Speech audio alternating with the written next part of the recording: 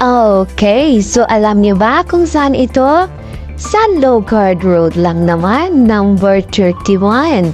So, kung ikaw ay walang mapuntahan this coming holiday, pwedeng-pwede. Swak na swak itong puntahan natin. Okay? Alright.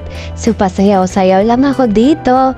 So, kung gusto niyong marating ito, sasakay kayo ng number 15 bus from Central or Wantay sa harap ng Hopewell, ay mararating niyo to. At mag-drop kayo sa bus stop. And from bus stop, go straight.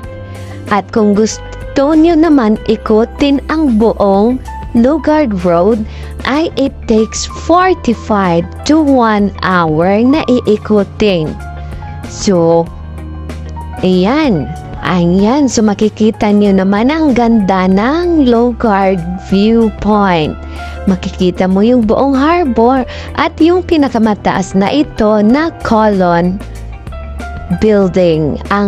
The first na pinakamataas at the 12th placer all over the world. At ito naman ang IFC mo. Ayan, so lahat ay makita mo ang exotic view ng Hong Kong. So, para sa mga hindi pa nakapunta dito, puntahan na at ito ay hindi ka magsisisi kasi sa kagandahan ng kasing ganda niyo ay ma-excite ka talaga. Okay, ayan. So, hindi ako na-boring na mag-video dito kasi oh no. To, diba? Parang natatanaw mo lang? Oh, alright. Pwede naman, after Lugard, then aakyat kayo sa Mount Highway. So, parang double purpose lang. Oh, diba? Parang yung ginawa namin ng last Sunday. So, hanggang dito na lamang. At sana nagustuhan niyo ang video na ito. At kung gusto niyo naman maglakad from Central, may guide ako niyan. Siyempre, bisitahin niyo lang ang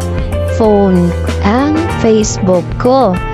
O ayan, na-close na to kasi sa dami ng accident. So, sinara talaga ang pinaka-viewing point na pinupuntahan ng mga kapwa ka-reels at mahilig mag-video. Sorry na lang at sarado na talaga. So, hanggang dito ni Lemang. Bye-bye and see you to the next video.